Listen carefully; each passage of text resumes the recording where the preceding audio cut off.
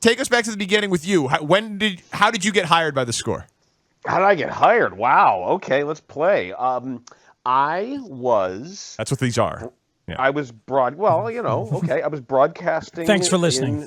In Rockford, Illinois. I was working for the Rockford Lightning, and at the time, the Rockford Cubbies. They had been the Rockford Royals. They were actually the Cubbies, not the Cubs, after they were bought by the Cubs. And I was hosting a weekly sports show on WNTA radio. And Mike Greenberg left the Score to take a full-time TV job at CLTV. And I had been a Score listener ever since I moved back to, I could pick it up, 820 came in loud and clear in Rockford, and I would listen to Tom Scher and Tom Webb in the mornings, and I just thought it was the coolest thing in the world.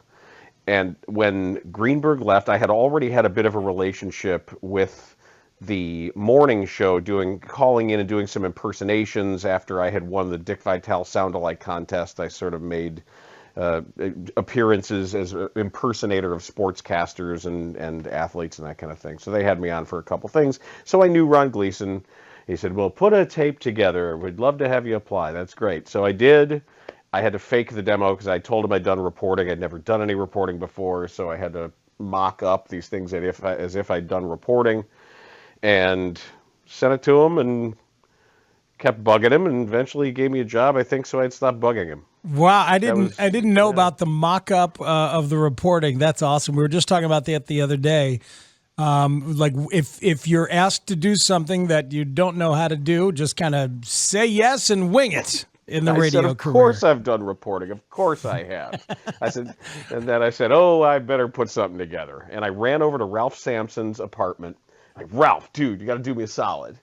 Sure. So I said, okay, let's pretend that I'm doing a story on this and blah, blah, blah, blah, blah. So, okay, fine. I'm sitting in his living room, and he pretended to do this, and then I ran back to the station, called on a phone from one room in the station into the studio to record it, so it was phone quality, edited everything together, went over to the pitching coach of Tom Bergmeyer, was with Rockford. Oh, long-time lefty, former Red Sox, Tom Bergie, good dude. And I did the same thing with him. I did a story on some pitcher that I completely made up, and he gave me the actuality. And then I grabbed some old stuff that I had for the CBA All-Star game in Hartford that was the CBA Slam Dunk contest. And I happened to get the winner immediately after he won. I ran out on the court and talked. It was Terry Ross, the father of current NBAer Terrence Ross. And I made a report out of that, and Gleason said, it sounds very good. You got the job. So what were your first jobs then at the Score? Because when I became cognizant of you as an intern in 94, you were hosting on the weekends, and you were the Bulls reporter. Well, I started in May of 95. Okay. So first thing I did was Bears Beat. Like, very first thing was right up to Rashaan Salam had just been drafted, and I went right up to old Hallis Hall, and started initially as the primary Bears reporter and back and forth from Platteville. My first broadcast was on Murph's show, doing updates for Murph's show, which is its own story because of what happened with Murph before I even started at the station. Go ahead.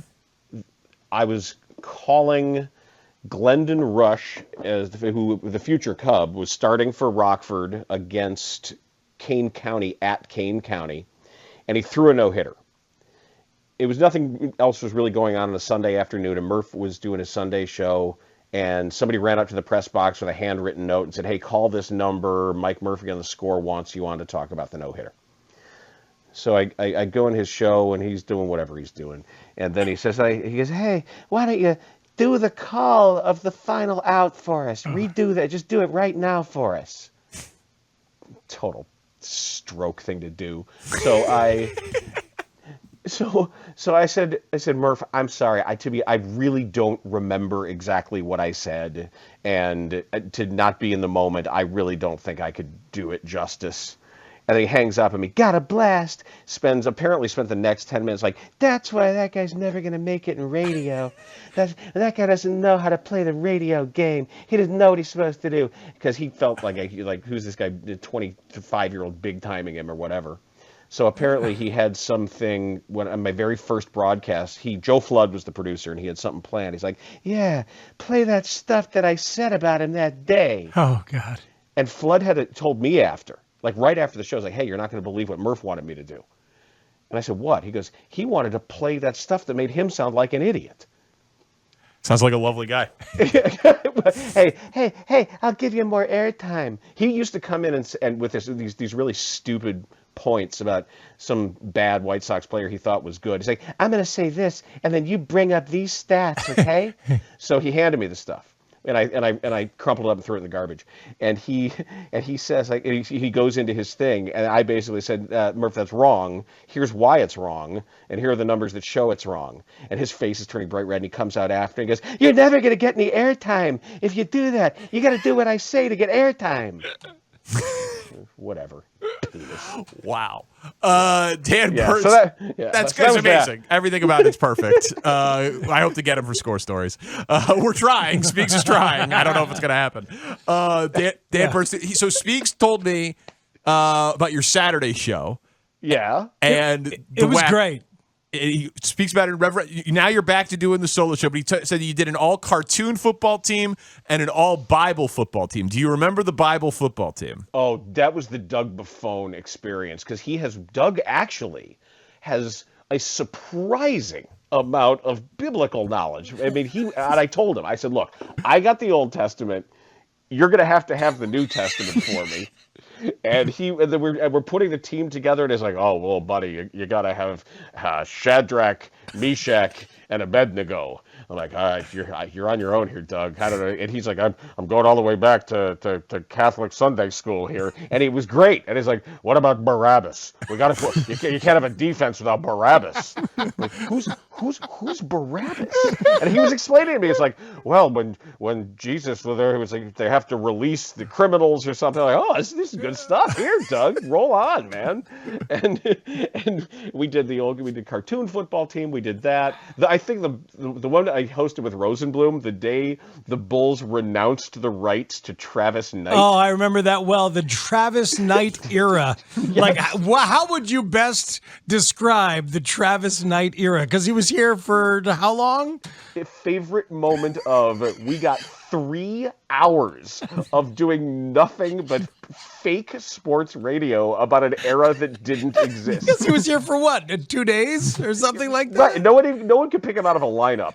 But that was the first renunciation of rights to create cap space, and they've since figured out how to paper over all those loopholes. But I'm like, what do you mean? What do you mean they renounced his rights? I renounce thee.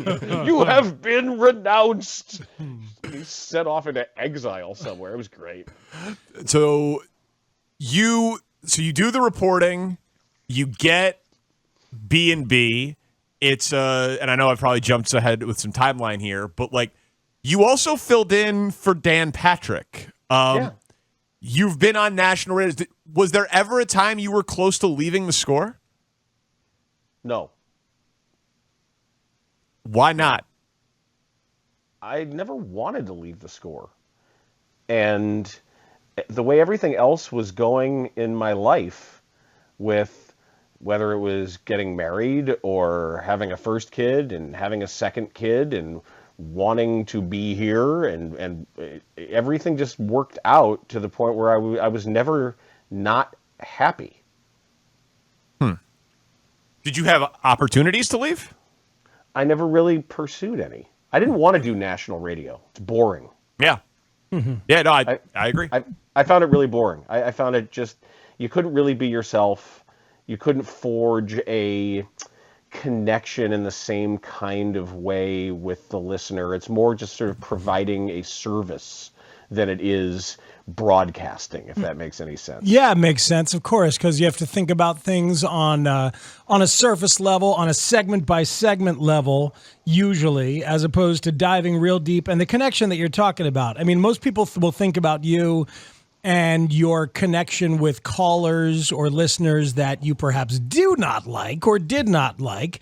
But you've cultivated a massive group of listeners that you love, who have contributed content, contributed jokes that you probably feel a kinship with, a friendship with, in that odd way that radio hosts do make connections, right? It goes far beyond that. I mean, my accountant of 25 years, and one of my dearest friends and most trusted confidants of the most important financial decisions I make, was a SCORE listener who I met because he was a SCORE listener. A Bob?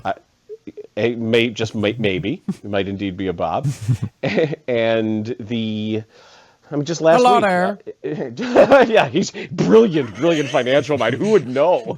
I don't know. You put a 1099 over here, you light it on fire. Have my ice cream. Surprising development. Yeah, it was really brilliant. But and just a couple weeks ago, I had lunch with a listener who I met, who used to email, who I've become friendly with over the years, and he's become a bit of a trusted source on some ancillary things as well, but just a lovely guy who I like being around. And trying to think there's several others. There's several people who I can count as legitimate friends who I've seen it many times in real life, whose counsel I seek out, whose advice is important to me, opinions are important to me. So it's and really, when it comes to like little things with the listeners like that, a lot of people say, hey, a lot of the serious stories that were treated very seriously, but it's the dumb stuff too, like you say. It's when people remember the cartoon football team and the biblical football team and all those little tiny things like that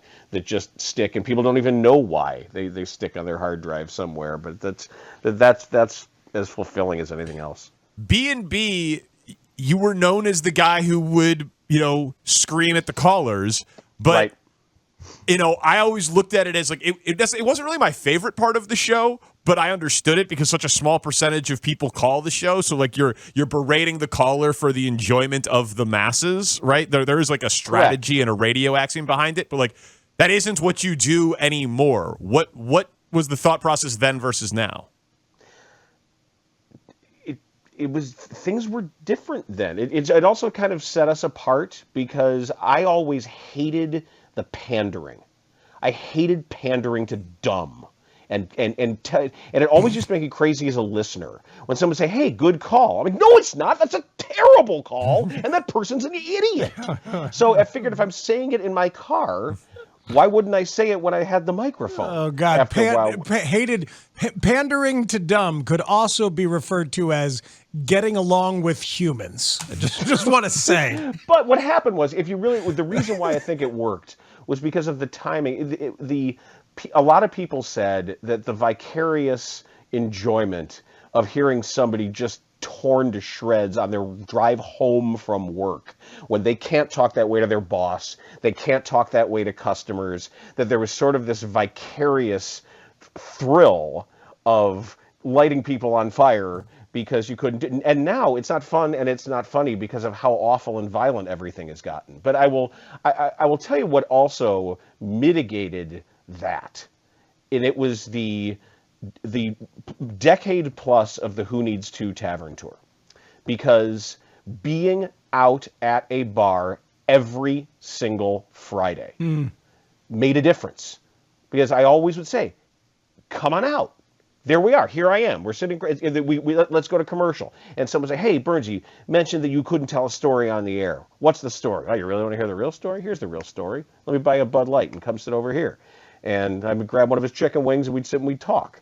And that kind of actual in real life interaction every Friday was such a huge connective fabric to the community of the show. Irreplaceable and immensely important for us to continue to be antagonists on the air. You come out and see us on a Friday, everybody's happy, everybody's off of work, headed into the weekend. It's like, oh, he's not that bad a guy. He bought me a beer. We hung out. We talked about stuff.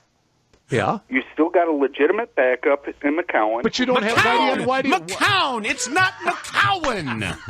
McGowan. No! It's perfect. Oh, God. It is so great. Like, why do you think that show worked? I don't know. And did it work instantly? I don't know data wise. I think it's pretty strong ratings wise and revenue wise from Jump. But we moved around to so many time slots we had to keep reestablishing. Because remember, we were 8 to 10, and then we were 10 to 2, and then we were, what was it, 2 to 6, and then 1 to 6. Can I jump in with something here? Because I think Danny asks an interesting question about why it worked.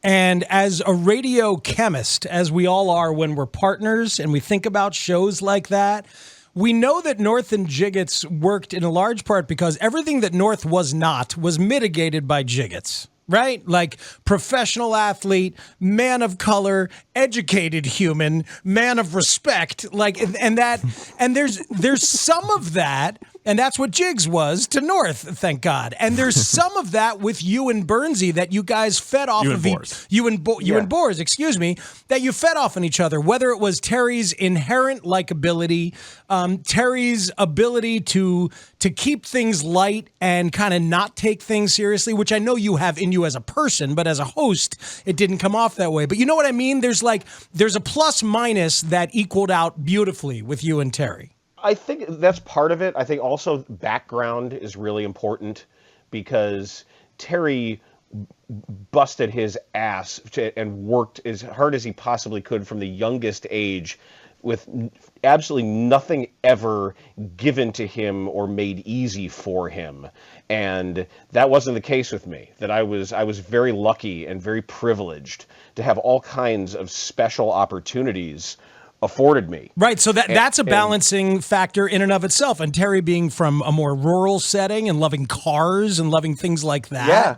Right? South and north too, south and north of the city. Yep. And I think that's really a part of it too, but very, very different backgrounds. However, I think it's more about what we shared than what would be complementary to our styles, because we both, I think, came up with a somewhat of a journalistic background. We were reporters first.